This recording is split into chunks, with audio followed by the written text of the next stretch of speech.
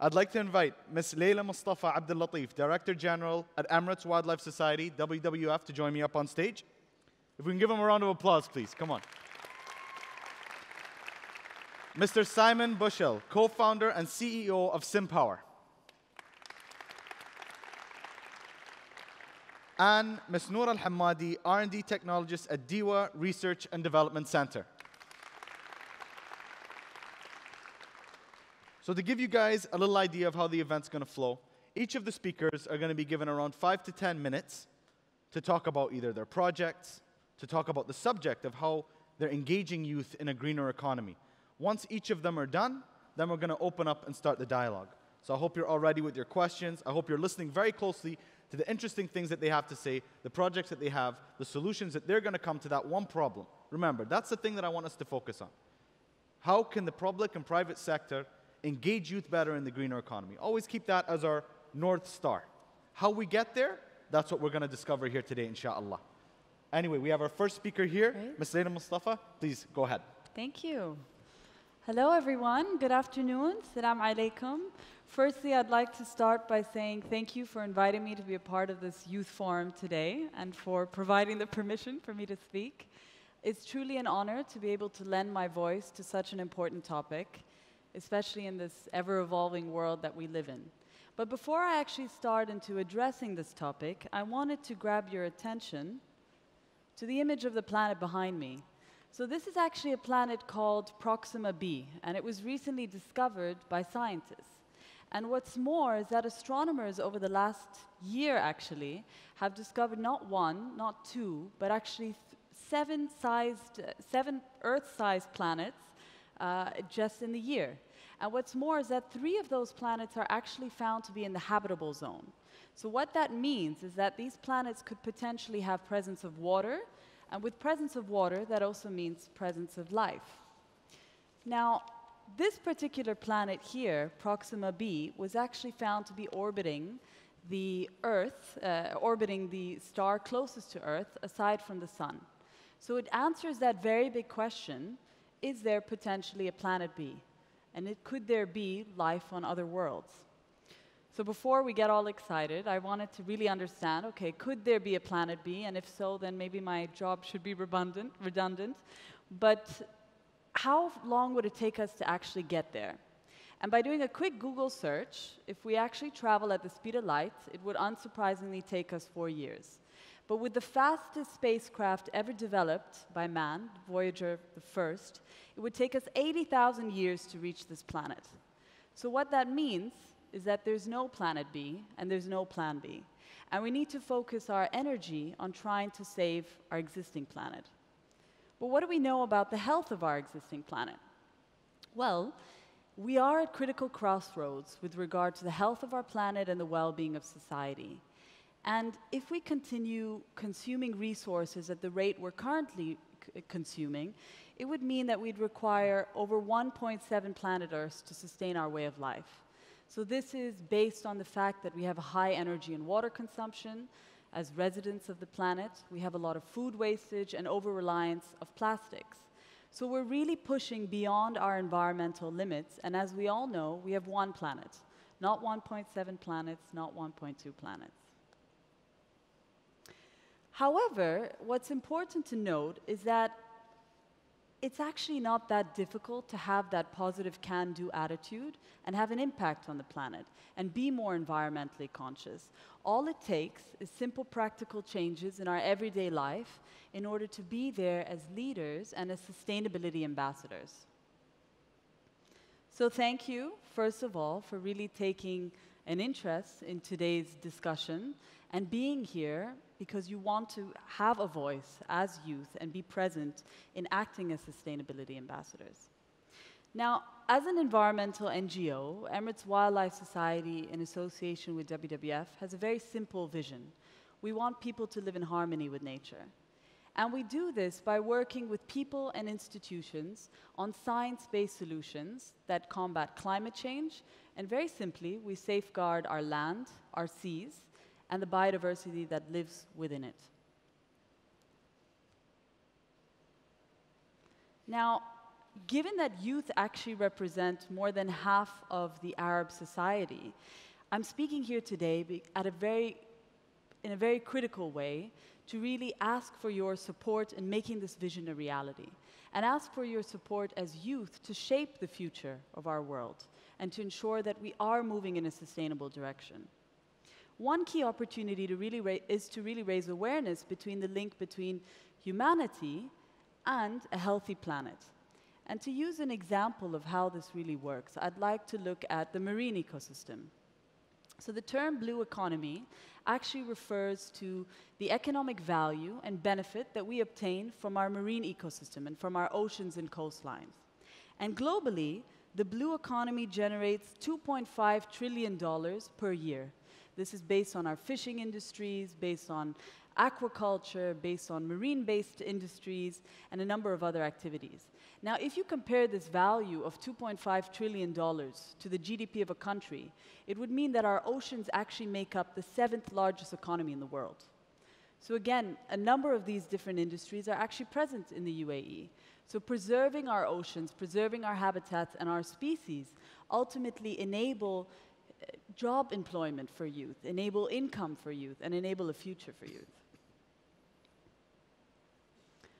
Now, apart from this, I also urge you to really look at the platforms that are readily available to you as youth. The UAE is the only country in the world where we have a 22-year-old Minister of Youth, Her Excellency Sham al-Mazroui, who presides over the Youth National Council.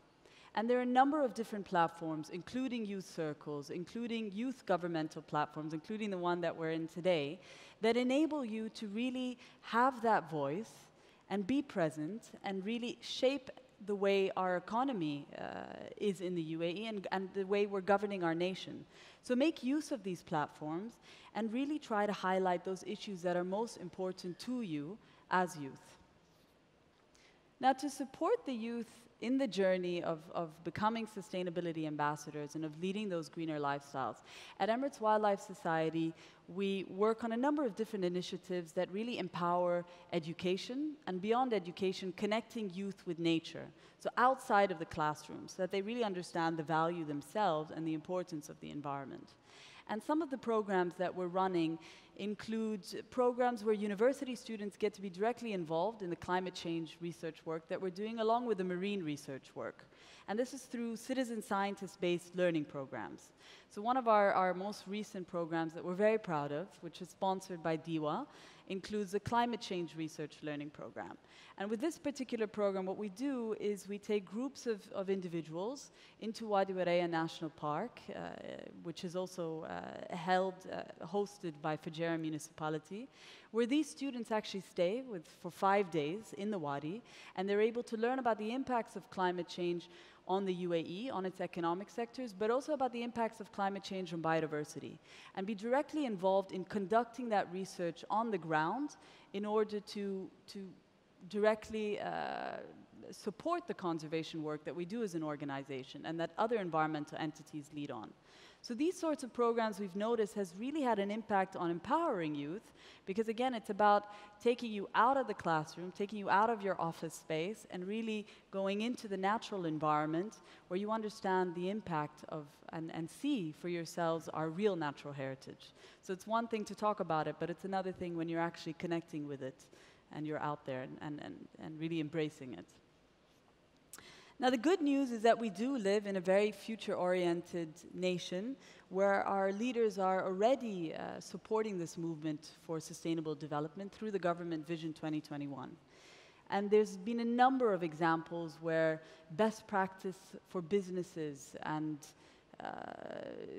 sustainability incentives have been put in place for the private sector. So there's been a number of different examples where the different Emirates are demonstrating their commitment to sustainability. But while our government has made a lot of progress with this regard, when it comes to national policies tied towards the private sector, they've yet to catch up. And it's critical for us to really understand that the UAE has a unique market with regards to its resources, with regards to its needs, and services and green labels and codes are critical for us to put in place in order to enable you, the consumer, with a variety of resources to lead those greener lifestyles. Now, the private sector plays a big part in ensuring that we do have a greener lifestyle readily available to us as youth and as citizens of the UAE. But what's important to highlight here is that creating these cost-effective, eco-friendly options in the market are increasingly competitive, and they're both financially beneficial to the bottom line of a company, but also tremendously helpful in order to provide us with those with those products readily available in the markets. And the merits of this approach are definitely being demonstrated by global brands, such as Coca-Cola, such as IKEA, HSBC. And locally, a lot of the brands are also starting to play a role in reducing their footprint and leading more sustainable business practices, such as Majid al-Fatim.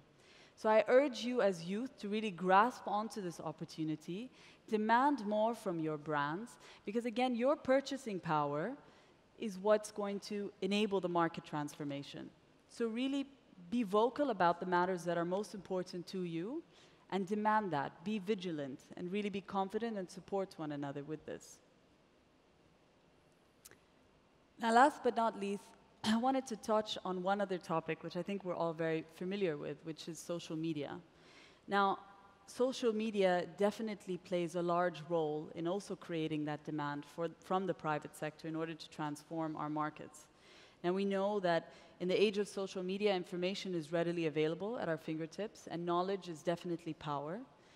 However, we also need to understand that social media has united the youth through a myriad of issues through education and by creating that community. Now, a number of different marketing companies have realized the benefit of social media, and they've realized the power of social media.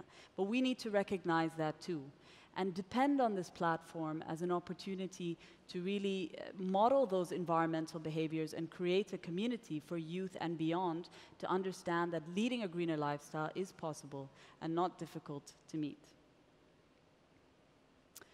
Last but not least, in closing, ladies and gentlemen, I wanted to say that, being able to make considerable changes towards an environmentally sustainable lifestyle will need to be done together. It cannot be done in isolation. People can live in harmony with nature. However, everyone does have a role to play. And I really encourage you as youth to inspire those inspirational changes and be that glimmer of hope. Because again, you are the future of tomorrow, and you can make that change happen. You just need to ask for it. Thank you.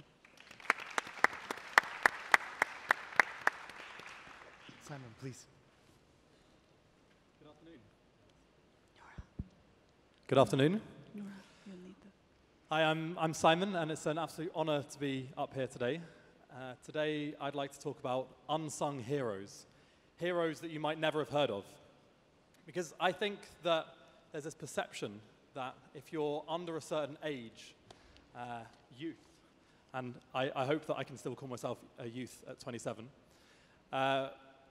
we're a lazy bunch of people who do nothing but sit around all day and sit on Snapchat, watch Netflix, and complain. And of course, part of that's true. I mean, how many of you have sent a Snapchat in the last 24 hours? Anyone? How many of you sent a Snapchat while Laila was talking? Yeah?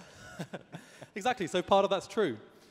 But I think part of it isn't true as well. I think that as a generation, we're a lot more than that. I think that we know what we're doing, and I think we want to make a difference. And I want to talk a bit about that today, and then afterwards I want to give some examples of what the public and private sector could do to stimulate us more. So there's some people that are doing this actively every day. So I'm CEO of a company called Sympower, and I have the privilege of working with about 15 people who every day come into work and are trying to make a difference, trying to make the electricity system more sustainable. I'm also on the board of a committee of an organization called the Youth Climate Movement in the Netherlands. And on Saturday, we presented the Youth Climate Agenda to some sort of important ministers and that sort of thing in the Netherlands. And that was a document that outlined the vision of the youth of the Netherlands for how we want our lives to be, how we want to live, how we want to work, how we want to get around in 2050. And hundreds of young people have worked in the last 3 months or so to make this possible. And this makes people really sit up and listen. But as well as the people that are doing this on a day-to-day basis actively, there's also thousands, if not millions, of unsung heroes all around the world. So again, to give an example from my work, we have lunch every day as a team, and we have lunch with another company. So in total, there's about 20 of us having lunch together. And at our lunch table, you won't find any meat, which is a bit unusual in the Netherlands. And when people arrive for the first couple of days, they're kind of maybe a bit unsure about it, but quickly they realize that our lunch is just as delicious and nutritious and all those other things as a lunch with meat. And this sparks conversations, it makes people go away. And I was just talking to a colleague yesterday who told me that last week she went home, she looked it up, and she realized how much of an impact what she ate really had on the environment. And I would say that out of the 20 people that have lunch together every day, maybe about 15 of them, if not more, are now what I've heard called reducitarians. So people that are not necessarily vegetarians, but at least are trying to reduce the impact of their diet on the environment. Another example, last weekend I was in a room of about 50 people, and the question was asked, 50 young people, who owns a car? And very, very sheepishly, one person put their hand up and said, I own a car. And the fact that she was almost embarrassed about that shows this kind of attitude shift that we've had in the last years. And that's why I think that our generation isn't just a lazy generation. In fact, I think we're a generation that's grown up with knowing that climate change is happening and wanting to do something about it and wanting to make a difference. And I think we're a generation of unsung heroes. So that brings me to the question of what can the public and private sectors do to stimulate this more, to stimulate young people more. Well, I think there's hundreds and hundreds of things we can talk about, but, and I'm sure we'll talk about lots of them soon. But I want to just pick out 3. So the first is to give us more choices. Because I know a lot of people who want to make better choices, want to make more choices that reflect sustainability. For example, that want to buy clothing in a more equitable and more sustainable way. But if you walk into your average clothes shop, you might, if you're lucky, find one line of clothing that has some kind of hint towards sustainability. And I promise you that if you made that half of the clothes, then there would be a lot of people making those decisions and choosing that sustainable product rather than the unsustainable product. So that's number 1, give us more choices. The second one is make those unknown heroes known. I think if you, I quickly looked up some statistics about meat consumption and about transport, and young people are already making those decisions. Young people are already, much more so than other generations, making decisions about their lifestyles, about how they eat, about how they get around, that reflect the fact that we know we need to do something differently if we want to keep this beautiful planet on which we live. And I think that needs to be made more visible. And the final thing is to give us a voice. I think it's great to have these sort of initiatives where sort of youth are being more engaged, and it's great to hear about there's a minister of youth. That's amazing, and I think that's exactly what we need. We need to have not just to be engaged, but to have a seat at the table. To borrow Obama's words, we're the first generation that's growing up seeing the impacts of climate change around us, and we're the last generation that can do something about it. So it's not just that it would be nice to engage us, it's not just that it would be nice to give us a seat at the table, but it's our right. We deserve to be there. We deserve to have that, have a voice in that decision-making process. So to sum up, I think the public and private sector should give us more choices, should make the unsung heroes more known, and should give us more of a voice and more of a seat at the table. And to all of you who are every day making decisions, either unconsciously, you're the unsung heroes, or the people like the next speaker who are working every day to make a difference, to make an impact. Keep it up, because we're depending on you. The future of this planet depends on you, and sometimes it's really, really hard, and sometimes you're despairing, and it's in those moments that you've really got to keep it up. Not because we can and not because it's fun, but because if we want to keep living on this beautiful planet in 30 years' time, we must. Thanks. Alhammadi of Diwa. Assalamu alaikum. Do you think the voice of the youth can make a change? I think a more important question is, are we ready to take the next step into a new era we call green lifestyle? I'm really glad that this session focuses on empowering and engaging us, the youth, in the sustainability path, because we are the leaders and influencers of a great part of the community. Living a sustainable lifestyle simply means minimizing our demands on the environment and how much we discharge to it. I'm going to introduce an initiative that can show us and support us in achieving this goal we all share. To show you that making small changes to the way you live can save our environment and make our surroundings cleaner and healthier. Solar Decathlon is an international competition created by the US Department of Energy, in which universities meet to design, build, and operate sustainable solar-powered houses.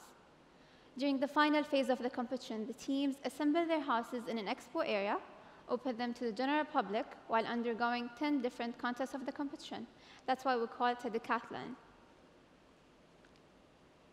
The rules of the competition are written to encourage multidisciplinary teams to develop innovative solutions that meet challenges related to energy, environment, and society. The teams could consist of one university or more from different countries, which means the competition gathers youth sharing the same goal from different parts of the world. They take big roles and responsibilities in different fields in the project. The competition gives the young generation the opportunity to learn not only about technical work and practical work, but also about green lifestyle in some of the contests. Solar Decathlon Middle East was created through an agreement signed between Dubai Electricity and Water Authority and the US Department of Energy back in 2015 in order to organize this event in Dubai in 2018 and 2020. As stated by His Excellency Saeed Mohammed Al-Tayir, DIWA's MD and CEO, hosting 2 versions of SDME as part of our ongoing efforts to achieve the vision of His Highness Sheikh Mohammed bin Rashid Al Maktoum, Vice President and Prime Minister of the UAE and ruler of Dubai, to establish Dubai as a global hub of sustainability and innovation, also to support the Dubai Clean Energy Strategy 2050. In Solar Decathlon Middle East 2018, the competing teams will be evaluated in respect to the following 10 contests. Some of the contests shown are juried, which means the jury will walk through the houses and evaluate the team's work, and some of them are measured, which means they'll earn points based on data collected from the house. The competitors rely on renewables. They use passive house designs. They carefully select the house construction materials for an efficient building that requires less cooling costs. They consume less, and they monitor their consumption. They know, for example, that every 1 degree change in the AC temperature makes a difference. They choose efficient appliances, systems, and components. In the sustainable transportation contest, the teams use an electric vehicle and charge it using the house system. Adding to that, the teams use innovative and smart technologies. They use recycled materials. They provide interior comfort and take into consideration daylighting and indoor air quality. In the house functioning contest, the teams mimic a normal modern home activities. They will be required to do some cooking, dishwashing, and more than that. They learn, for example, that using a fully loaded dishwasher that is more efficient and better than hand washing the dishes. The teams teach the general public about all of that as well. They demonstrate that high-performance solar-powered houses can be comfortable, attractive, and affordable. They spread the message of sustainability. In SDME 2018, we're gathering passionate and hardworking youth that we're very proud of. Some of them are actually joining us today. And we're currently showcasing their house's architectural models at the Dubai Solar Show, Sheikh Saeed Hall #1. So please check them out and get to know more about their projects. Yesterday, we had the pleasure of His Highness Sheikh Hamdan bin Rashid visiting the booth. And then finally, November next year, we'll be exhibiting the competition houses at the Mohammed Barashid Solar Park. We're inviting you to visit and gather practical tools that help you move towards green living and better quality of life. The special edition of Solar Decathlon Middle East, in line with the Dubai Expo 2020, is going to be launched soon. Visit our website and social media platforms for more information. At the end, I hope we have inspired you to make environmentally conscious choices about the way you live. Thank you.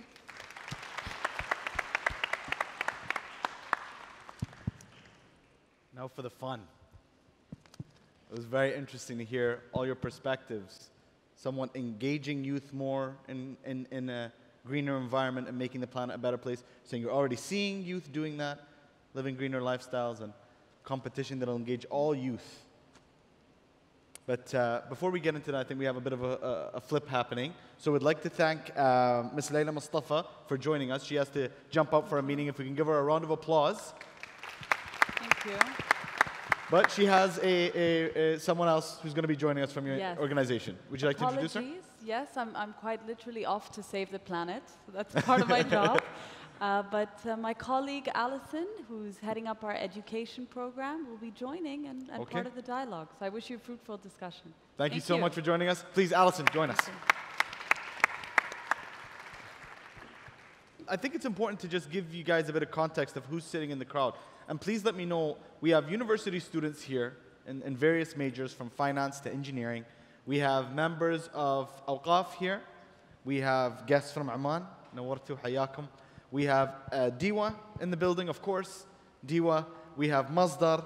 We have more Diwa, mashallah. We have Expo 2020. We have Dubai Police, always. Who else? Anyone else that I'm missing? Yes. Community Development Authority. So, yes. Okay, again, university students, welcome. So we have a very diverse engagement panel here. All right, so we have students, we have people who are already in organizations. Yes, sir, please. Ministry of Interior, hayakum. So, I want to start with you, Arwa. Can I? All right. Can we get a mic to Arwa? When I asked that question at the very beginning, I don't want to put you on the spot, but you really gave me a sign there.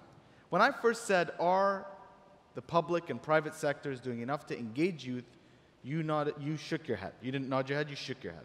Why? I personally worked in the private sector for about 4.5 years. And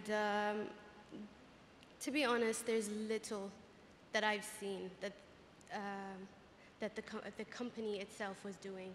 I've worked with other businesses, and as part of them being our stakeholders, and even then, there was little discussion about being environmentally friendly or even thinking in a green way. So it's not just about they're not engaging youth, they're not even having a discussion about a greener economy and a more sustainable environment. They're not even having that discussion. There's always that, oh, we should think about it, but there's very little that's actually being done in the businesses. I see more nods coming. Does anyone agree with her? You agreed, you nodded. Assalamu alaikum. Alaikum salam. Summer from Dubai Police. So I can agree and disagree. So I had a mixed experience. I worked before for private sectors, for environmental education, and I've seen the attempts and efforts of people trying to do conservation and sustainable work. At the government level? It was in the private sector. In the private sector. I moved then in the government level. At the beginning, I thought the same as her. Like, there is very little, no one cares, and probably people are just focused on their work, especially that I'm working in Dubai Police, which is a security organization. It should be focused on this. So I thought there's no one who cares. But within 1 year, I managed to get into the Youth Council of Dubai Police. Yep. And I managed to raise my idea, which was probably the only idea regarding environmental and sustainability work. But within 1 month, I received a special request from the head of Dubai Police, requesting me to present my idea in more details and how we can implement it. And if I compare it to other ideas, out of, for example, I think it was around 45 ideas presented on that day, and my idea was selected within, like, from the very few ones, and I was given the green light after a talk of 3 minutes only to the head of Dubai Police. He gave me the green light to start working on that initiative. See, that's interesting. So maybe it's about just having the conversation. And it's interesting because I hear not a lot's being done. I hear some's being done. But, you know, the thing that worries me here is there's a biased panel here, all right, who are all coming from that angle of, you know, work on a sustainable future, sustainable earth. We don't have a member from the private sector who can defend themselves, or from the public sector. I would like to ask you, Alison, do you think that conversation's being had enough at the public and private sector level? I just want to take it a step up here because you raised a very important point that not only are we not engaging youth in it, that discussion isn't even being had. And is that what you're seeing?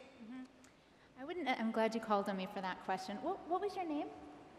We have Arwa and we have, what was your name?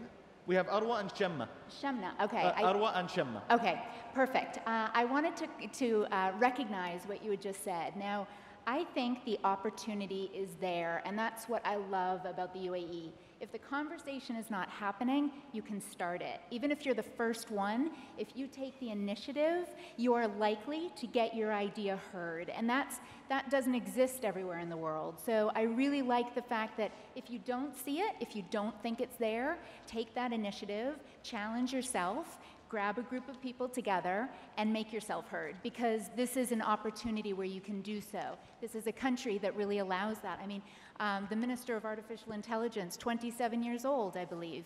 I mean, that's amazing. That's so unique, and that's pertinent here in the country. So I enjoy that you brought it up, because I do see that. It's not always apparent, and sometimes it's that one voice, it's that one person to get that ball rolling, that ripple effect to get it started, and usually you'll be in front of someone who will listen, and then changes happen quickly. So, how many of you agree with that statement?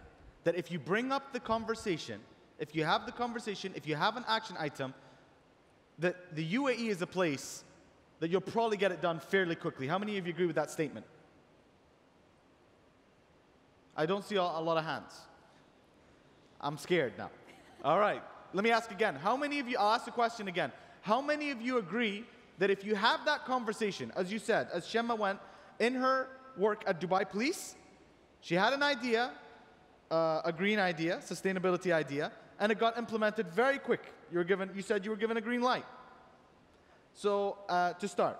And you were saying that this UAE is one of the rare countries that has a very quick reaction to these type of things. How many of you agree that if you just have that conversation on having a greener economy and more sustainable environment, that in the UAE, it will get done fairly quick if it's feasible?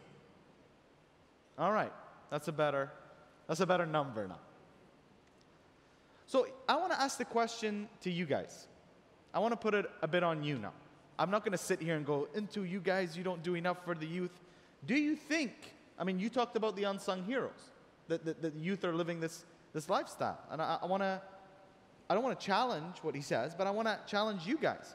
Do you believe youth in the UAE are living a more greener lifestyle, a more sustainable lifestyle? No.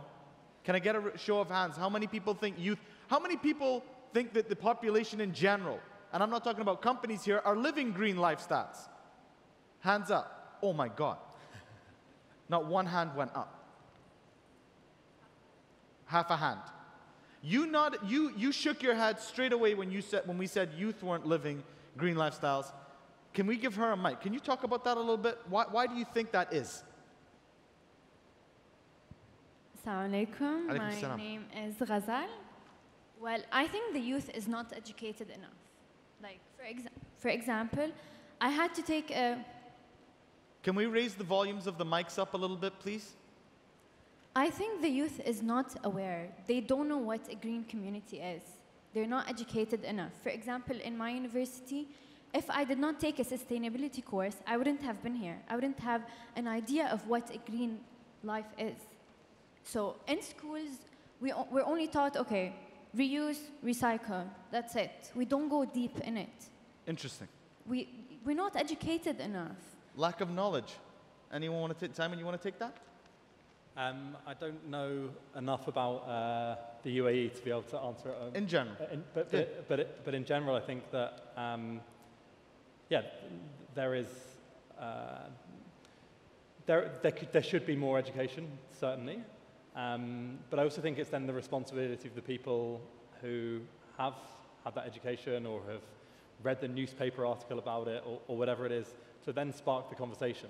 Because that's the sort of the privilege we have now of having information at the tip of our fingertips, is that if you say to someone, have you thought about the impact or whatever it is, if you spark a conversation, then it's so easy to get information about it very, very quickly.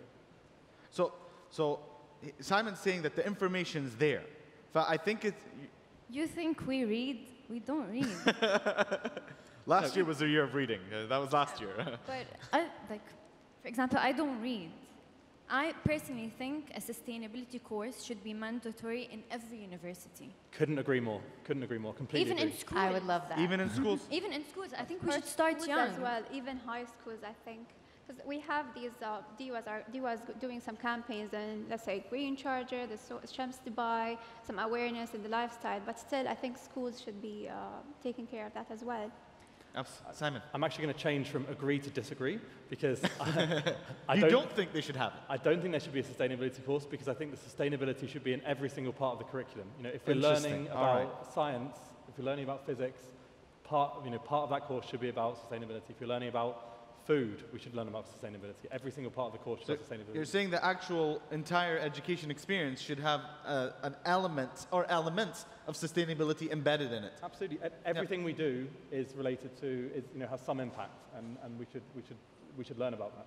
Then apart from this, I think we all should be role models. I mean, some of us know that this should be done, but we don't do it. So if you do it and you teach your sisters or brothers or people around you, they'll learn from you. You'll be a role model to them. Now, I was told not to take questions from the back, but we'll take one because you wanted to be engaged. Please.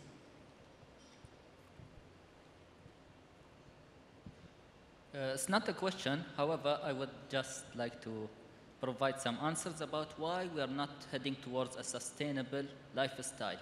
Because we lack choices. We know what we have to do. We know what we are supposed to do or how to help the environment. However, do you know where this bottle of water came from or the manufacturing process? No one does. That was my main point. I think I agree with you on the choices part. I think that's a fantastic point. Like, I mean, it's hard to get around the UAE if you don't have a car. So you can't take public transport. If you wanted to get an electric car, it's not like they're selling Priuses at the Toyota showroom for you to make that choice. Even if we got an electric car, the generation source of the exactly. electricity. There is no choices. You have to get a car, and you have to get a big car apparently, and we're all guilty of that. I'm absolutely with you on that, and I'd like to bring it back to let's talk with Diwa on this. I mean, you guys are the Department of Water and Electricity. I mean, he brought up water, we brought up electric cars and all these things. Do you think enough is being done in the community to give people choices? In the UAE specifically?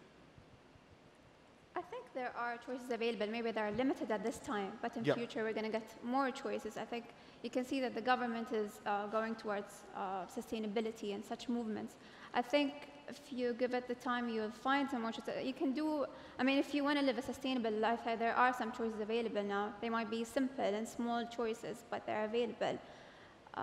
You can, I mean, statistics.Tech-savvy program is there. You can definitely choose to install some solar panels on your rooftop. Challenges are going to be there, of course.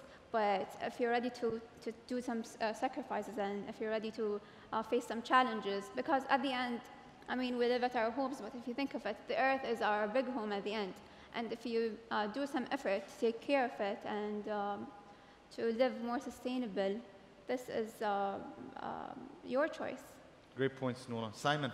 Could I ask a question to anyone from DIWA, which is that about choices?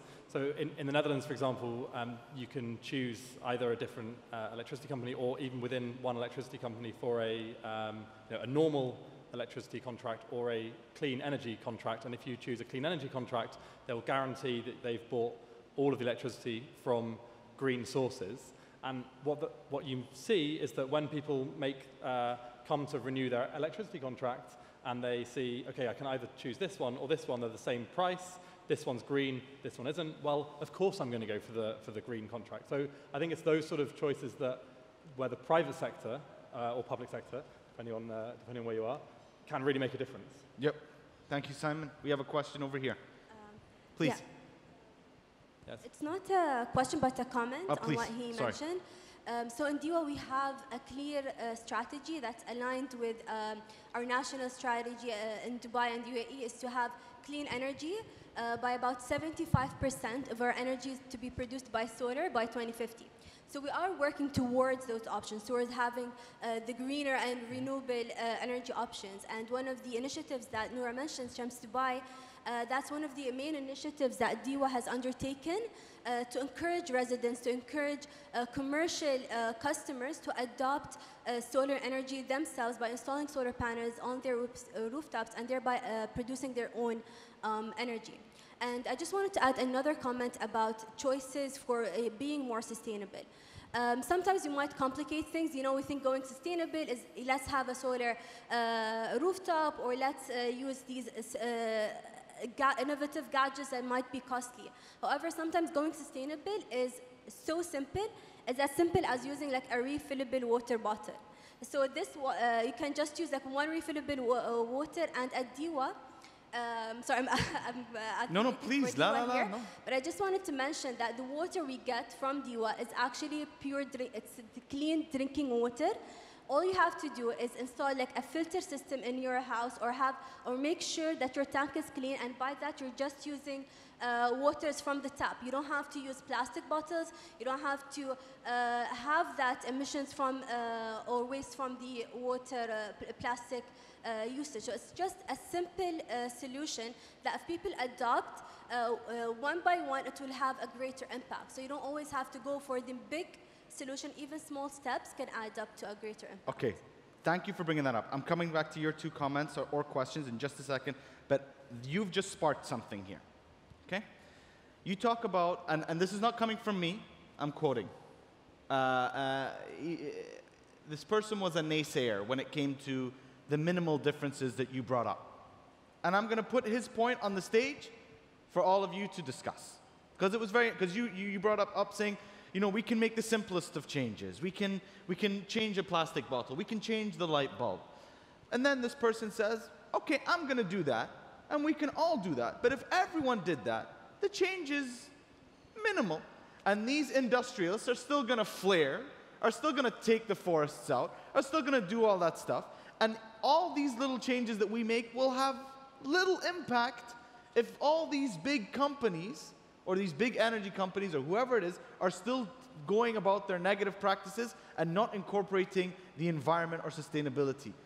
What do you think of that argument? I mean, small changes by lots of people make a difference.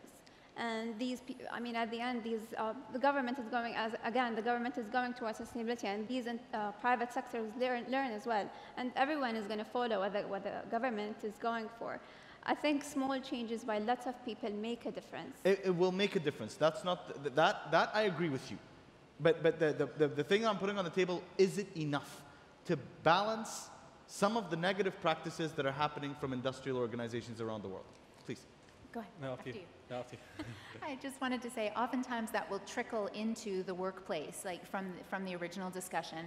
If you're doing those little changes that equal big changes in your personal life, it trickles to your friends, then it trickles to your colleagues, then it trickles up in the organization or down in the organization, and then you have those larger impacts over time. I think it really, I've been in the UAE 11 years, and we've moved in such a positive direction. Yep. So it's, although it might not look that way, if you're just looking at the big picture, if you look at the history and where we've gone and where we're going with the different entities such as DIWA, I think we're really going on a right track. Nothing happens overnight, but yes, it is those little changes that add to big impact. And I think, and I also just wanted to comment on Simon's point as well. from a curriculum perspective, I think sustainability as well can be drawn into every single lesson plan, every discussion, the discussions you have with your friends, your peers, students, colleagues, etc. It's up to you to open that discussion. It's up to you to open that document or that article and read it and then share it. So I think that's really what we need to take initiative on.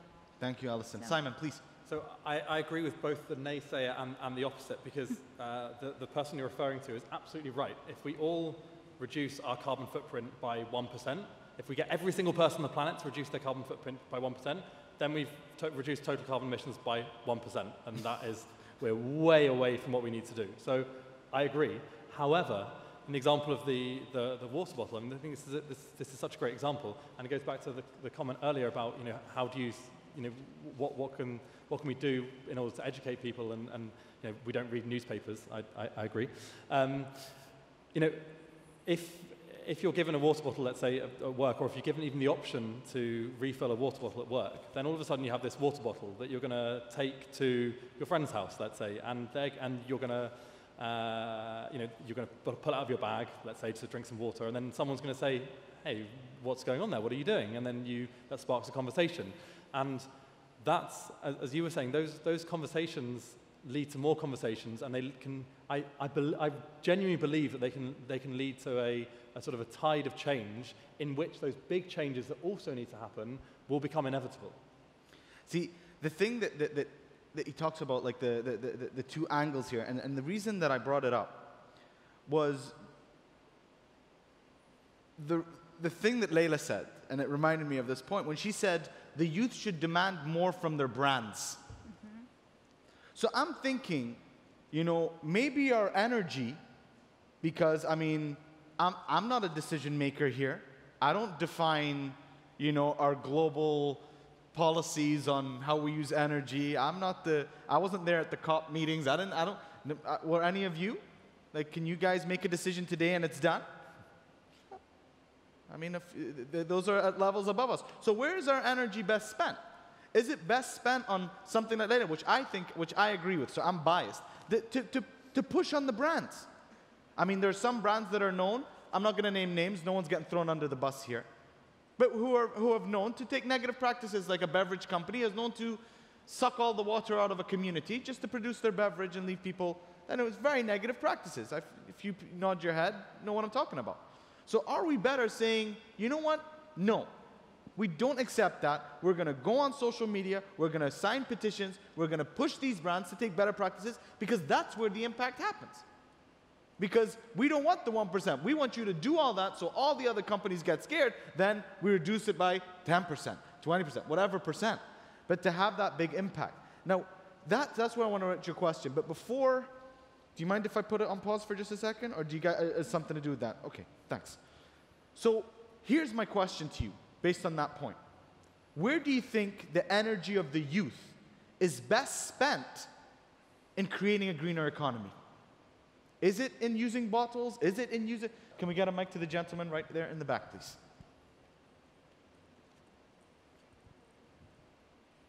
If you could just give us your name and which entity you're from, please. Good afternoon. My name is Leslie. I'm not affiliated to any organization, university. Welcome. Thank you. I just have one comment, really, and it's going to probably just touch on what you just asked. I think what we need to also realize and not shy away from is there's a big generational gap between world leaders and young people. If I'm sitting here and I'm coming to a summit of this nature, I understand because I'm here. For a normal person that's at home, I'm not going to only generalize it only for the UAE, but everywhere else in the world, any discussions that have to do with, green initiatives do not interest me because I am not personally affected by them until something happens, like a natural disaster, a fire. Oh, you mean like in your community? Do you understand? All right, yeah. So it's far-fetched for me to take a step if world leaders are not going to take the initiative as well to hold companies, big companies, responsible for what they do, which touches on with the point that you were making. Because if I'm one person, as I am, carrying a water bottle, I'm one person. What am I going to do to stand up to fight against a company that's doing bigger than what I can actually, fight against? So I think people, young people have to have that mentality of global responsible leadership where they take initiative themselves and even so challenge the status quo, challenge the government so that the government itself can challenge big companies, because at the end of the day, I'm just a young person and I'm just one person. Okay, interesting point. So our energy is best spent raising awareness to our governments to put pressure on these companies to take better, greener practices.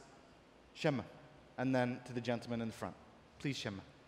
Can I correct that my name is Summer? Selma. No, it's okay, Summer. Summer, I'm sorry, Yes. I apologize. No, it's fine. My point is we need to work in all directions. It's not right to differentiate that we should only work on this direction, whether it's from bottom up, down, top up, down, or bottom up. We need to work on all directions. I've been to conservation programs and conservation projects that people have done brilliant job. They did all the science, they know all the studies, they have all the statistics and all the plans. But if the people who are going to implement the change are not caring, or they think that their work is not enough and that they neglect the 1% that we are talking about, and they think it's not enough, then the mentality of the generation or the community doesn't change. We are still stuck in the same place. Yep. However, if we have that mentality changed, I give an example of one of my colleagues or friends who have come to an educational program, citizen scientist programs, and he said like one thing that changed him is his daughter. She is 3 years old, and she was walking with him on the beach, and she saw the people throwing the rubbish on the ground, and she was taught that it's not good. And she went ahead and spoke to that person and told him, you shouldn't throw it here, you should throw it in the rubbish bin. He said that that action of his daughter changed his mentality because of that, he decided to change everything in his house. So he became a bigger change. And if that person manages to affect or change the mentality or the culture of the people around him, maybe he will reach his boss, and his boss will reach his boss. Absolutely. And then it becomes a culture of the community. It doesn't become an individual impact. So individual practices, if they are practiced, they become a cultural thing about the community. And that's why I think it's really important. That's an inspiring story. Thank you so much for sharing that. Gentleman there, and then we'll move on to Hamid's points and the lady from at the front as well. Please. Assalamu alaikum. Thank you very much. My name is Majid. I'm from DIWA. I'm a network analyst in DIWA. I think I'm noticing here is a lot of blame going around. People blaming the government blaming the people, companies blaming people. And I think it's a waste of energy, to be honest. Maybe people don't agree with me here because saying, beverage companies are, dumping, waste into the lake or whatever. But in the end, the beverage company is serving the people. And people are demanding for more beverage. So it's a question of us as individuals. Why do we keep on buying from the same company? Why don't we stop buying? We make our own sacrifice. So I think change comes from within. We're all in the same sinking boat. And everybody's blaming everybody else, but nobody cares about the water getting inside the boat. So I think that's where we should start. Being early adopters, will be rewarded. So Majid, you agree? Majid, correct? So you agree with the gentleman's point that our energy is best spent, because you say that to stop buying the beverage to make those decisions. Yeah, like Miss. So it's purely personal, but so our energy. So I guess what you're saying is our energy is best spent on ourselves. Correct, to a certain extent, of course. Yeah. Interesting. Okay, I'm with you on that. Can we go to the lady at the front, then we'll go to you, Hamid? Is that okay?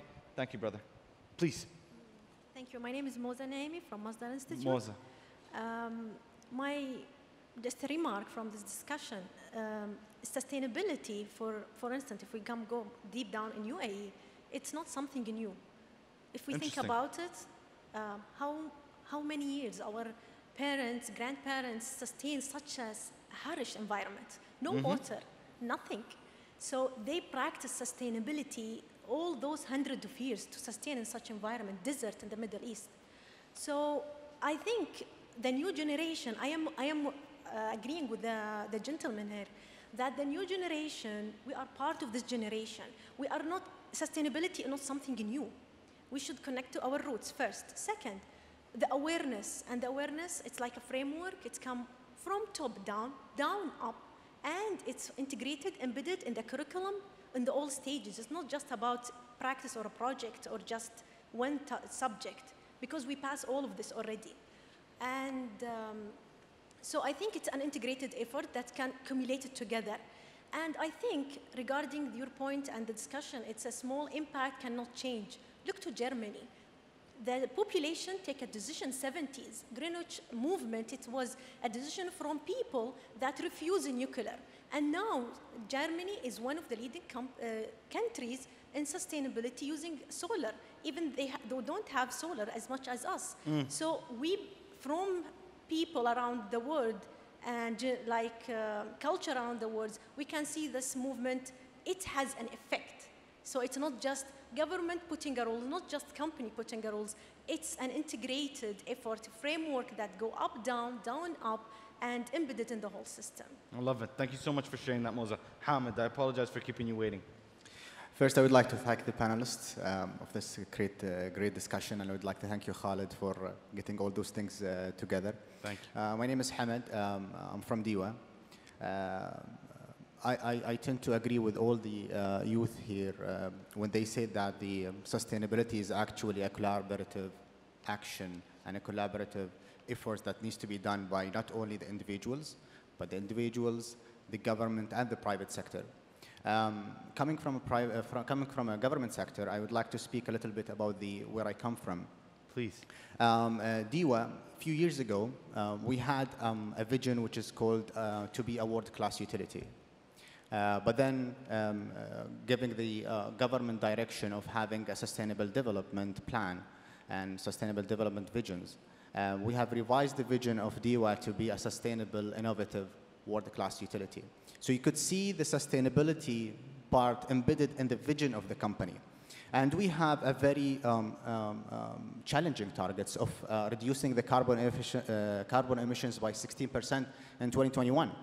So reducing this amount of carbon emissions in the Emirate of Dubai is not going to happen only by government or only by private sector or only by individuals. It comes from all the three components together. Now, what are the things that the government is doing? Recently, we have launched the EV infrastructure, electric vehicles infrastructure in Dubai. Now, we know that in Dubai, the fuel cost is relatively, or in the UAE in general, the fuel cost is relatively less compared to the US or the European companies or European countries. And for that, we have launched a very huge project of having charging stations all over Dubai with free charging. So we're telling the public, okay, you go and buy a car, and you will have your car charged for free until 2019. So that's part of the efforts that the government is putting to create the change and to give the choice to the society of selecting their way of life. And one of them is going from a fuel-based car to an electric car. Now there are other small changes which Mariam has talked about. For example, the water bottle which she talked about. Other thing is, I don't know why we do this, but we keep our air conditions on when we are shopping in a shopping mall. We are sitting in a coffee shop for I don't know how many hours, and then our AC is just on in our rooms. Now, this small changes, it creates a big difference. Yep. If we switch off the AC, I know it's very hot here. Switch off the AC when you're out, and before you come, 5 minutes before you come, 10 minutes before you come, wherever you name it, just ask someone to turn on the AC.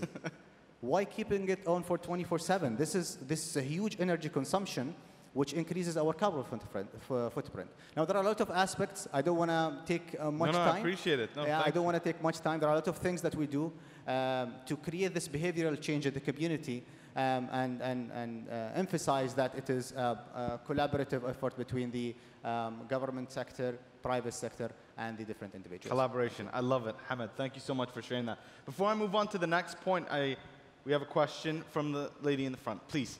Hello, how are you? I good, actually have some comments about Please. this. My name is Rasha Saleh, and I work in the private sector. I think sustainability is divided into three parts: economy, environment, and society. Yes. The government here in the UAE is working so much on providing sustainability, and I think it is provided in education. But I believe that we're lacking influencers. Laila, Abdullatif mentioned that social media is a good place to share with the people and especially with the youth about the sustainability. So I believe this should be used. And I was asked this when I attended something similar in NYU University, Abu Dhabi. Is the UAE doing enough? And I said no. But if you ask me the question now again, I'll say yes, but are we as youth doing enough? And I thought about it and I thought, no, we're not doing enough. We're not changing our lifestyle. I went to find influencers because I can see fashionistas everywhere. I can see fitness. I actually follow you, Khalid, on Instagram. Oh. And I can see how you influence people around. And I thought, why not start this? And I started a social panel, actually, a social account called Intergreen, which comes from the fact that we are responsible as youth to change. And I started changing my lifestyle here in the UAE, showing people what they can substitute. So I started with simple things like plastic bottles. Now I don't use them, or I try to recycle them. I have a recycle station at home. And this changed the concept and how my family sees it. Now my family also recycles. My friends also ask about it. More people ask about it. How can we do this? How can we initiate? So I think we're lacking influencers, people to show us how we can do it. It's All right. there. I think I agree with your point completely, okay? And we're all about solutions here today. All right, so just a quick one on your solution. We have an influencer up here. We have, as Simon pointed to her, as soon as you said that, we have someone who is dedicating every day going into work to this work, correct? Am I right? To the decathlon. Oh, That's yes. your work. Well, all right? yes, I'm part of the R&D center. In R&D Doha, center. And we're responsible for organizing the solar decathlon, yes. There you go. So you have someone here. Talk about her. Bring up her name in discussions. Do you have Twitter or Instagram? Yes. Okay.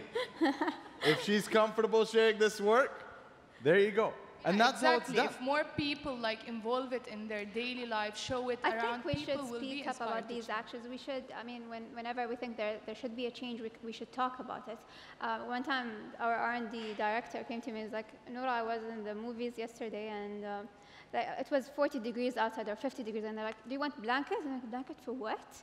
And it's freezing inside, so why are we doing this? Yeah, so I think if you think there should be a change, you speak about it. That's one of my things, like having those discussions, as she said. But also, Yahi, are we doing enough to promote the good people, right? I mean, it's on us. I mean, if we, Hamad, do you have a point on that? Please. One of the things that DIWA has done, as Mira has talked about, is the climate change program. The ambassadors.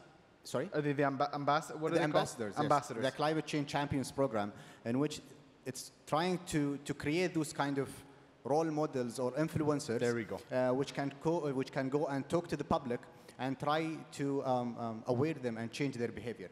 Yep. We now have 15 climate change champions. 5 of them went to the Amazon, 5 went to the Antarctica, and 5 went to the Tanzania. And sorry. Okay, so she's the owner of the program. So then I think okay. she should speak about it for a while. So do we have any of the climate change ambassadors in here? One? And any of the decathlon team? Are there any of them in here? We have one from the decathlon team. And let me tell one. We have 2 decathlon members? Yeah, okay. We have a couple, okay. Do you mind coming up? Because I want to ask you a question just before when she's done. Is that okay? One of you? And also, I am a carbon ambassador, so it is a separate program also. MashaAllah, you're like a professional ambassador. I love it. You're going to be... I want to ask a member, you wanted to say a couple of things? So I just wanted to ask if we can get a mic over there for the decathlon. It's something that your team is working on. Like, why did you join this project? You work on the, what's your name? My name is Aya. I'm from University of Sharjah, one of the decathletes in the solar decathlon Middle East. All right. So why did you join the program? Because before it's not a competition. It's more like an educational program. We're involved with the private sector, with the governmental, with the government sector. We work. It's a cycle between education, awareness, private sector, like public sector. It's a cycle. It's not a line. So it's good to be involved and they're not teaching us. We are teaching them. It's a mutual education. Hello? Yeah, okay, we can hear you. It's like we're spreading the words about the competition. We are doing state-of-the-art sustainable housing, and will be presented next year, inshallah. So it's so they are happy. They are willing to help us, to give us some help in this thing, because public sector needs demand, and demand needs awareness, and awareness come from the education, not school, not textbooks. No, it's more like a lifestyle. So it comes from the parents, friends, everyone. So it's good to be part of the solar decathlon, because we're learning stuff we couldn't learn in the school or university. I graduated last semester, but I still have a lot to learn about sustainability. It's more like a lifestyle and a practice, not just a textbook. So, I mean, in the solar decathlon, I mean, we learn how to learn. We learn how to do things. Amazing. From start, like things we could never do in schools. Because it's outside, it's work. You still didn't experience the competition Oh. spirit, I think. There's more to come. to come, inshallah. Yes, and I wish all the luck for all the teams this you. time and the next competition as well. Thank you for sharing your experience. Now, I want to bring this, we got about like 20 minutes left, so I want to sort of bring this together back to where we were, back to the question, all right? So I'll come to it in just 1 second. Decathlete? Climate change ambassador. Climate change, okay. Let's talk about the climate change ambassador. We'll give you the mic for a little bit. So do you want to tell us, so one, about your experience, why you're a climate change ambassador, and do you feel, because this is important, because you raised the whole point about influencer, do you feel that your role is having an impact and an influence on the community? So, assalamu alaikum. My name is Fuad Ameri. I'm an engineer at DIWA, and I was part of the Climate Change Ambassadors program. And this year, we went to Tanzania. So I think one of the main purposes of this program is to reduce that gap in awareness that we have, the importance of sustainability. Unfortunately, the impacts of climate change, we are experiencing it today, but not in our country, for example. For Africa, for example, are one of the first countries that are experiencing these changes. So by going on these expeditions to Tanzania, to the South Pole, to the Amazon, these critical places in the world, hopefully we can transfer the knowledge and reduce the gap to the youth, to the community, and show them that these impacts are happening. We need to change our lifestyle. We need to take action today before getting affected here in our society, in our country. Thank you so much for sharing that. Now, since we only have 20 minutes left, we're not leaving here. We have 20 minutes left, but we'll stay here till we find a solution. Because the question, we need to get an answer to it. So, please. Decathlete, would you like to share? Assalamu alaikum, everyone. I'm from Pakistan, and I'm one of the team member from Pakistan, Team Pakistan. Welcome. I would really like to point out, am I audible?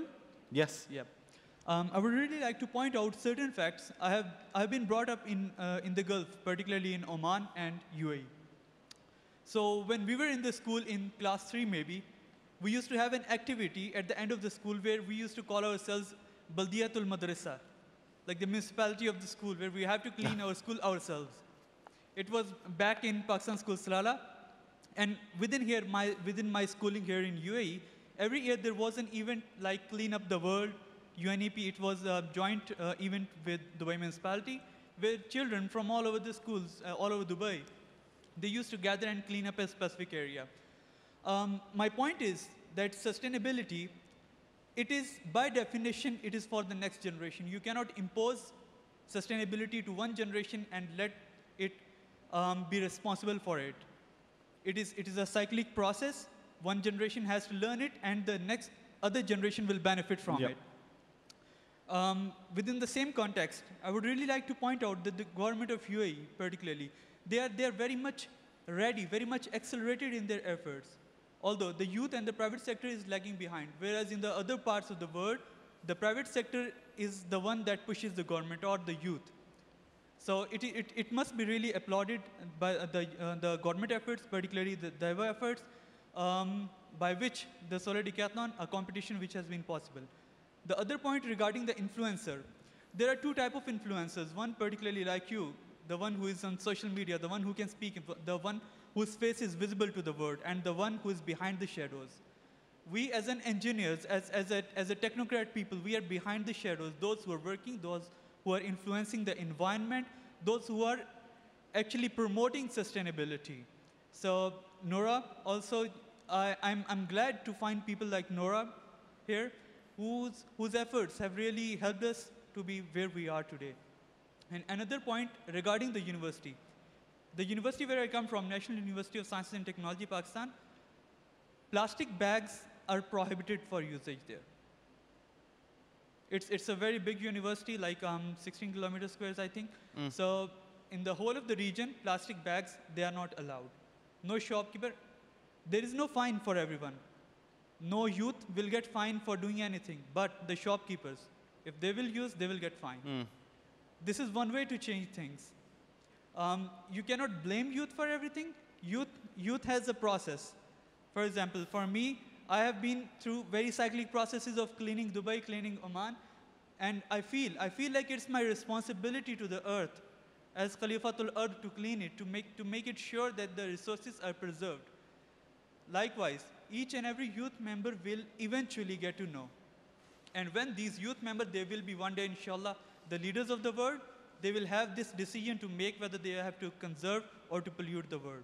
At that time, they will make the right decision. And inshallah, the world will see the sustainability in its true sense. Thank you very much. Thank you so much for sharing your points. Very inspiring.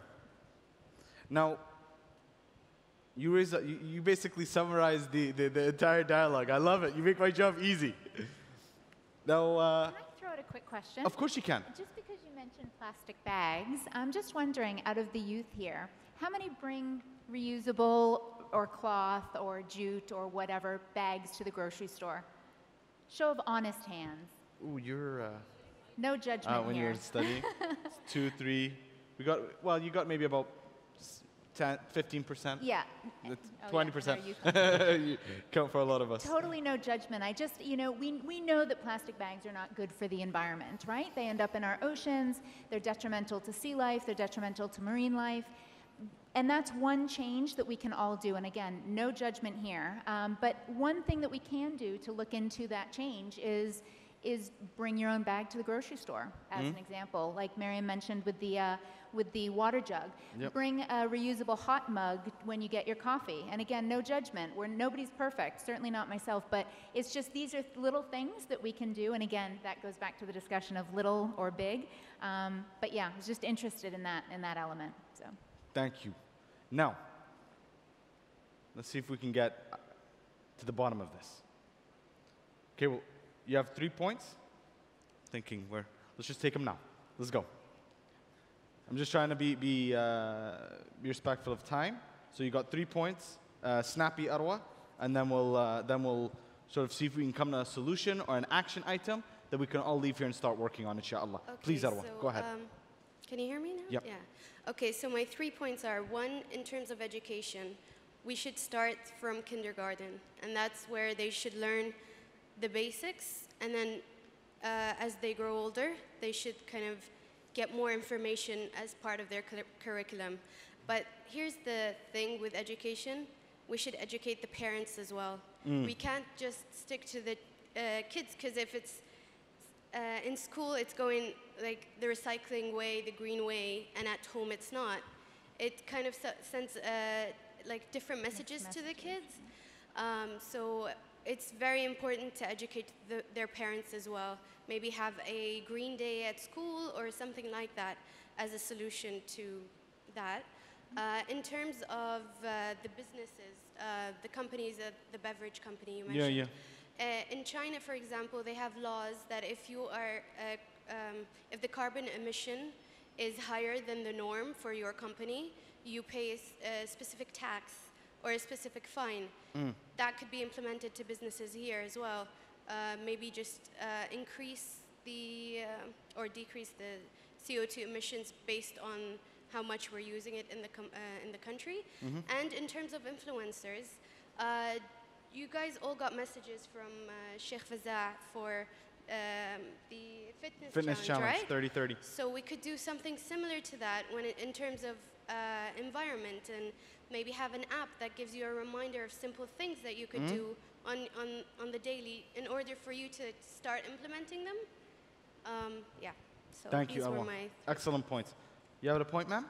Okay, we have one final point, and then we'll take the, okay, 2 final points. This is a youth dialogue. We want to get the youth speaking. We have 1, 2, and then we'll go to the wrap up with the solution, inshallah. Please. My name is Hiba Shahi. I work for the Ministry of Climate Change and Environment. Welcome. I was just at your event at Lush Cosmetics in Mirdif. Yeah, good stuff. I'm not trying to be biased here, but working with the ministry, I know how much work the government, not just the ministry, all entities that deal with the environment, even the private sector and the semi-government, is doing to raise awareness regarding sustainability and environment and protection of wildlife. And trust me, they've been doing a lot of work. Even some of the people here spoke about the curriculum of the school, the curriculum of the school, and I've seen the curriculum now, and the ministry and all entities are working with the Ministry of Education, and the curriculum have changed. If you see the kids' books now, it has protected areas where we were never told about protected areas in the UAE, and a lot of material on wildlife and so on. I think I'm just going to add an idea as well. Sorry, the speaker from WWF spoke about plastic bags, and I do believe that we had a big campaign on plastic bags and how UAE is free of plastic bags, and we expect people to not use plastic bags. But again, if I tell you, if I ask any of the people here, we are environmentally cautious. Do you know what dugongs are? Have you ever seen dugongs? Have you ever seen turtles in the sea? Do you know how many species of sharks we have in the UAE? I think the problem is not just awareness. It's the fact that we are disconnected with nature. We are a generation, we didn't really grow up going diving or going to the sea, learning about the species. Yeah. Learning about the species in the UAE. Do we have another mic? We have someone who wants to, I think, add to your very passionately. Yeah, I think we were raised to go to the mall or be on our computers and iPads. So how do you expect me to protect something I was never attached to? I am not passionate to protect. I've never seen it in my life. I have something to add. Yeah, 2 things to add to that. I was in the same shoes as you, but I passed through exchange, lifetime exchanging experience. The first one, the youth pivot, and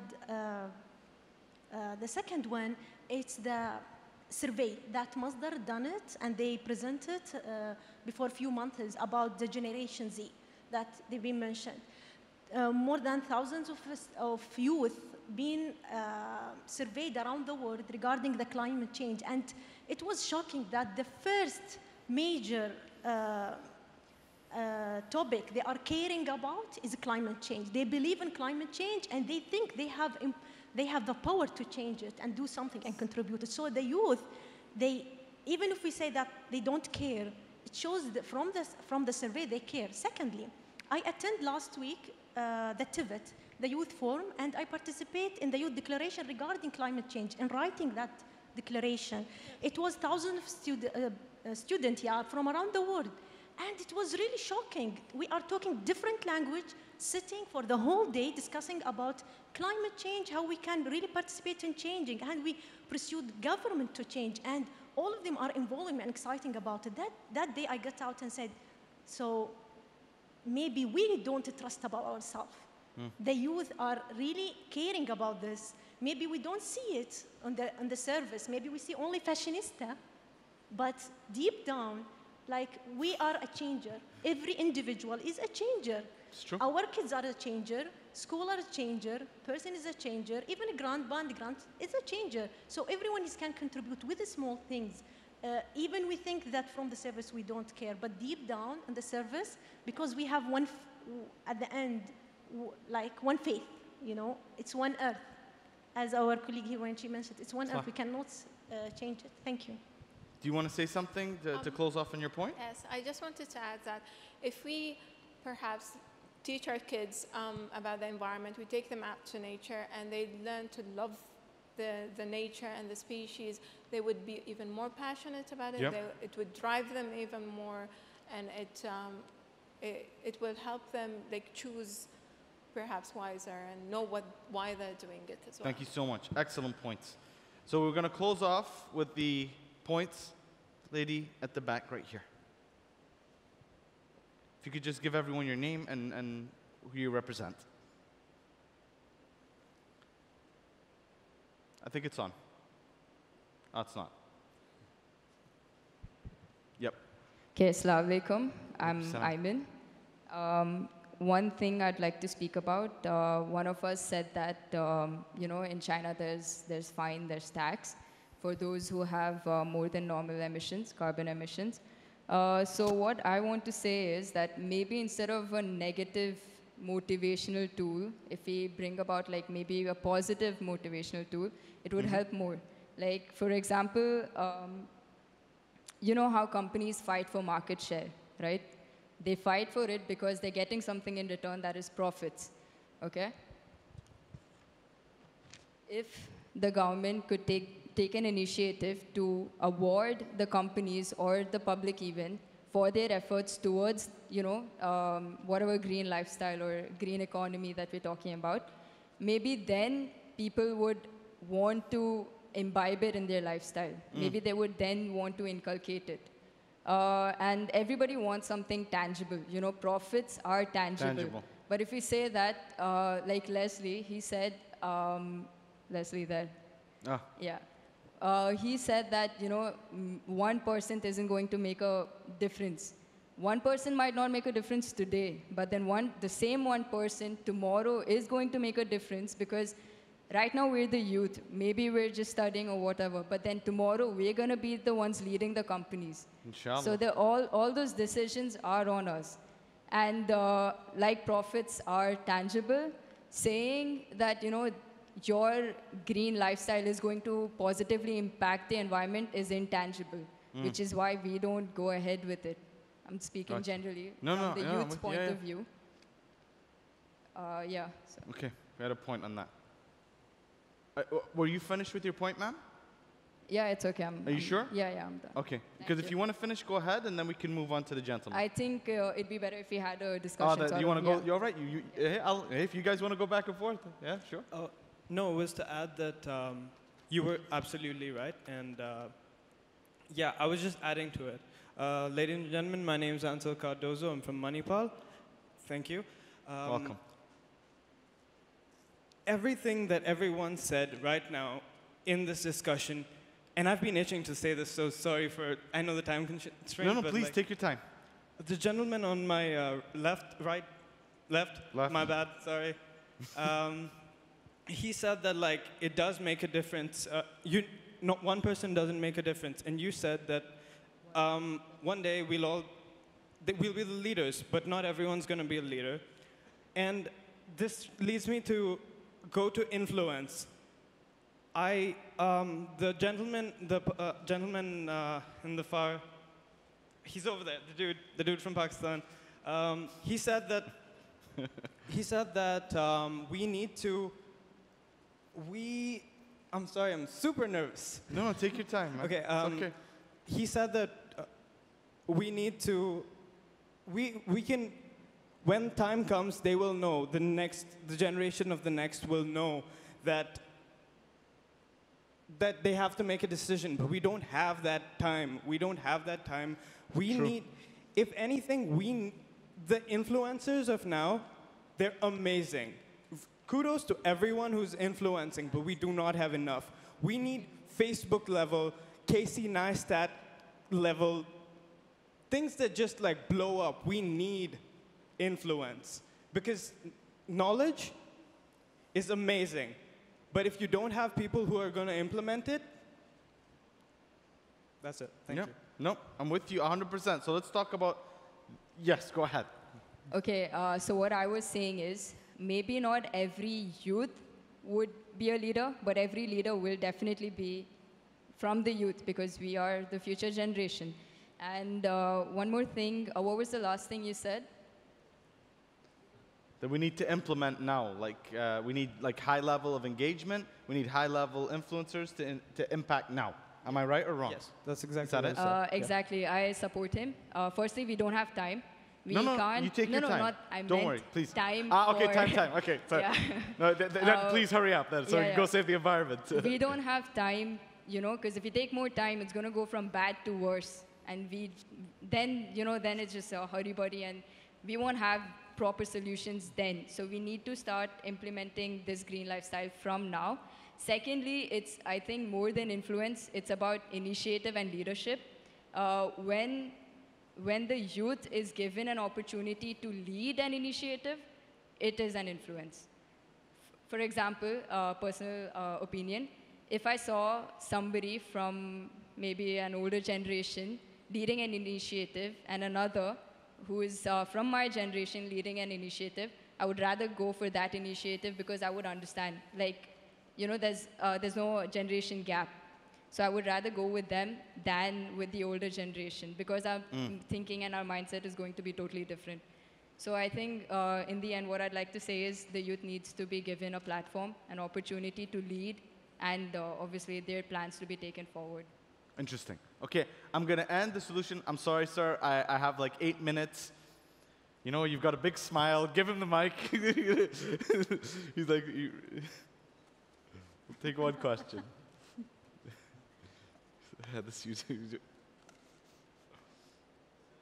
Alaikum salam. It is working now? Yeah. Yes. Assalamu alaikum. My name is Khalid Niadi. I'm from the Youth Vision Council of Islamic Affairs and Charitable Activities Department. God damn it, that's so long. All right. I would like to add a comment. People around here are very positive, but some of them, I'm feeling the vibe of negativity. They're saying that we need influencers. I would like to remind you, each individual of you are the influencer. The minor thing matters. It matters a lot. When you try to like contribute, you will affect around you. The guys who affect around you, those guys will affect others. So keep in mind, each one of you can change and into positive, inshallah. I love it. Yeah. That was a great note. I love you, man, too. Thank you, sir. Thanks a lot. Wish you best of luck, all of you, each single one of you. Thank you. Okay, so I bear the question now. This is where we need to come together. What do we do? What do we do? Should the youth just be left alone and just go out and do their thing? Who's responsible for engaging youth and ensuring that they have the platforms and the opportunities to do the work necessary? What's the plan, guys? What do we do? We've heard one person alone, and I can see why you see that, because that's a point I brought up. One person alone can't make a difference. We've heard the gentleman in the back motivate us all that we're going to all make a difference. You've had people say that the government is doing a great job. You've had people say that the private sector is not doing enough. So should we just go with the private government sector and leave the private sector and just do the work with them? You've had someone say we should just focus on it ourselves and just all as individuals, just go out and make our difference. We've had tons of things. Now I'm challenged here to bring it all together with an action plan for us to go out and do. So I'm not lost, because we're going to figure this out. But I'm saying, what do you guys think? I mean, I want to give the panelists, they've been listening to all this information and all these issues and some positivity, some negativity. What do we do? You're looking at me. I'll make just one comment. I have a lot of different comments and thoughts, but I just wanted to recognize the connection with nature. That's actually the education program that I'm working with, is Connect with Nature. And that's literally the title, and that's exactly what we're trying to do, because I think there is a disconnect, and I think that's where it starts, is that connection. There's a quote, if anyone can find the author, please let me know. The quote is, if they know what we know, they'll care as we care. I've used that many, many times before because I think it holds so true. So I love the connect to nature, or connect with nature. Key, absolutely essential. Just a couple of other thoughts. I'm cautious of your time. Please, take your time. I just also wanted to say, as far as, I think everybody just needs to find their motivation, whether it's a daughter or a son or something you learn in school or an article that you read or something your friend does, whatever your own motivation is, because the planet needs us, needs everybody at every level, at all ages, in every sector. And I think if everyone's working together, that's the best way to accomplish change. But really, I do firmly believe in that ripple effect. This is a little bit outdated, but making it cool. You guys are the ones that are going to do that. It needs to be cool to carry a recycled bag, and forgive my age, but it needs to be cool to bring your recycled water bottle. Absolutely. And you are the ones that are going to do that. And my last thought, I'm looking out at this audience of youth, and I've had the privilege and the opportunity to work and meet with many of you outside of this forum in the work that I do. And we're in good hands. We really are. And I say that, I really do say that honestly and from the heart. I think we just need to keep positive and remember that every drop counts. So. Thank you.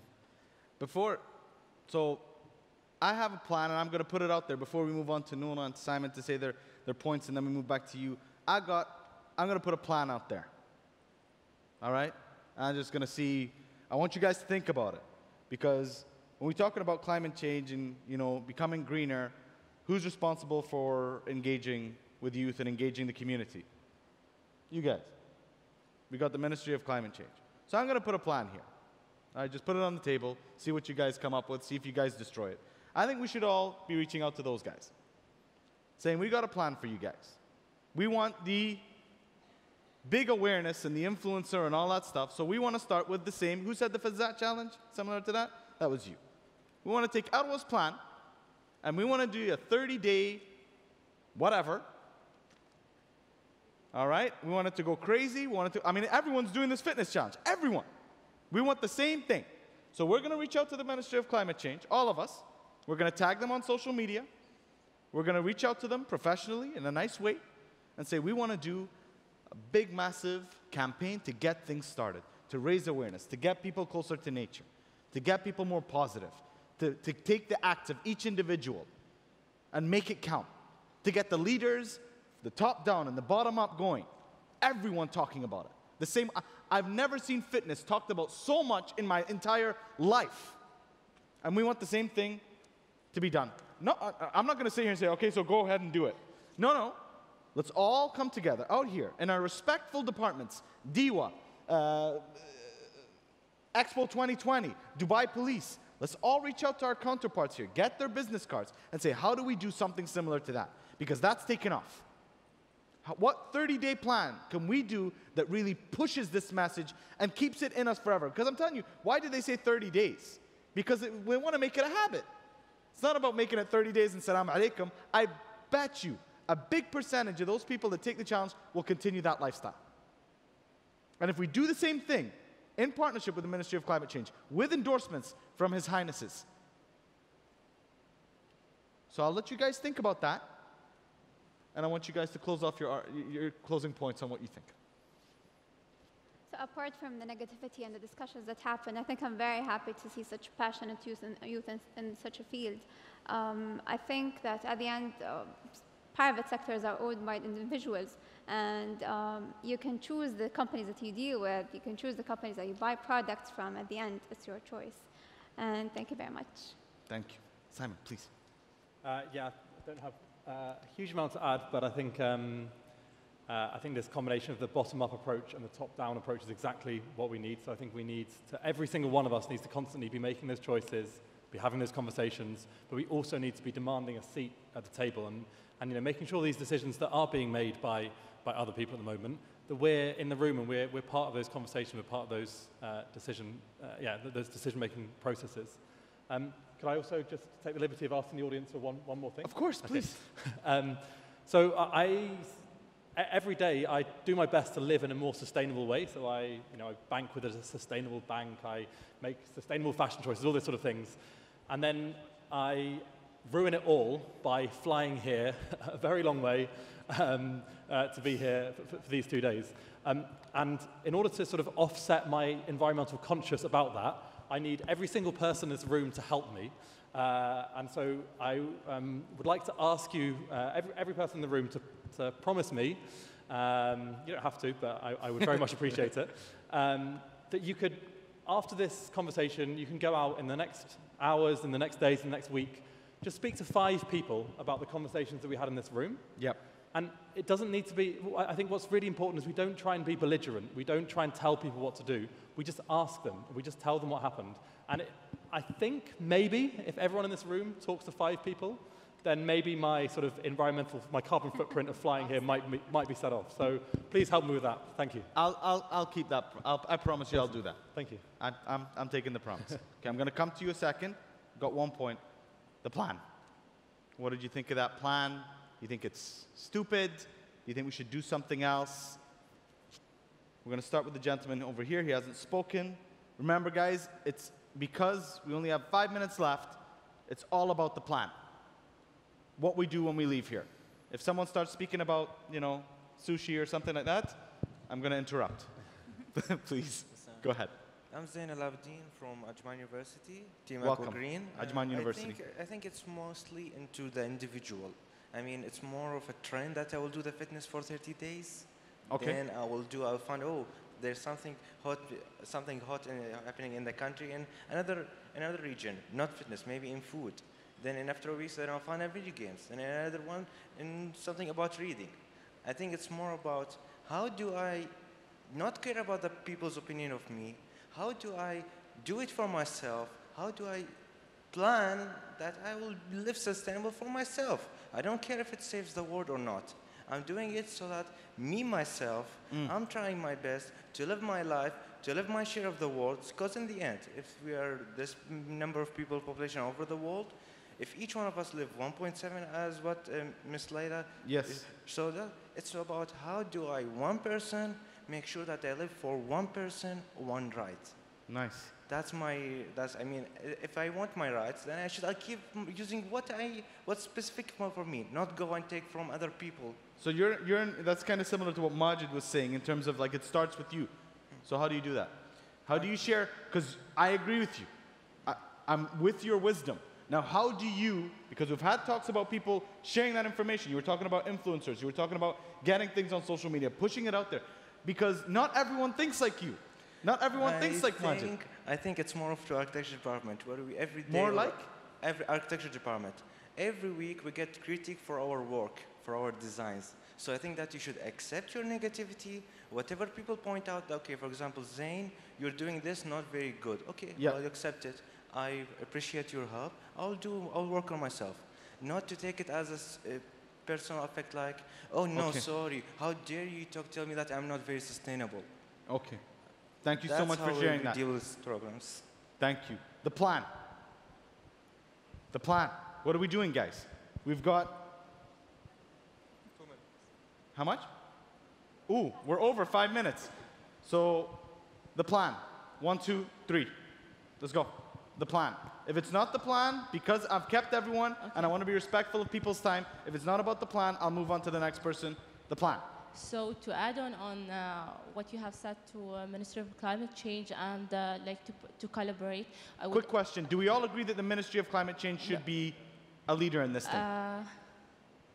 No? For sure. Yeah?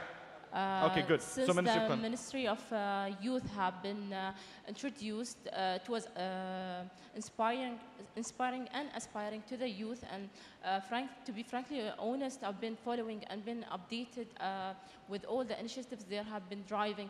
And seeing for the last month or the past year, the youth have been driving big and huge initiatives related to humanitarian or different kind of fields. So why not they start, and also with the collaboration they can start, because with the Ministry of Youth. Yeah, because they have reached out to most of the youth channels, so they've been they can reach out to us. Okay, so we're talking about a collaboration between the Ministry of Climate Change, the Ministry of Youth, to start working on other long-term initiatives. Yes. Okay. Ministry. So who's from the Ministry of Youth here? Who's from the Ministry of Youth? Anyone? Who's from a youth member? There were 2 or 3 of you.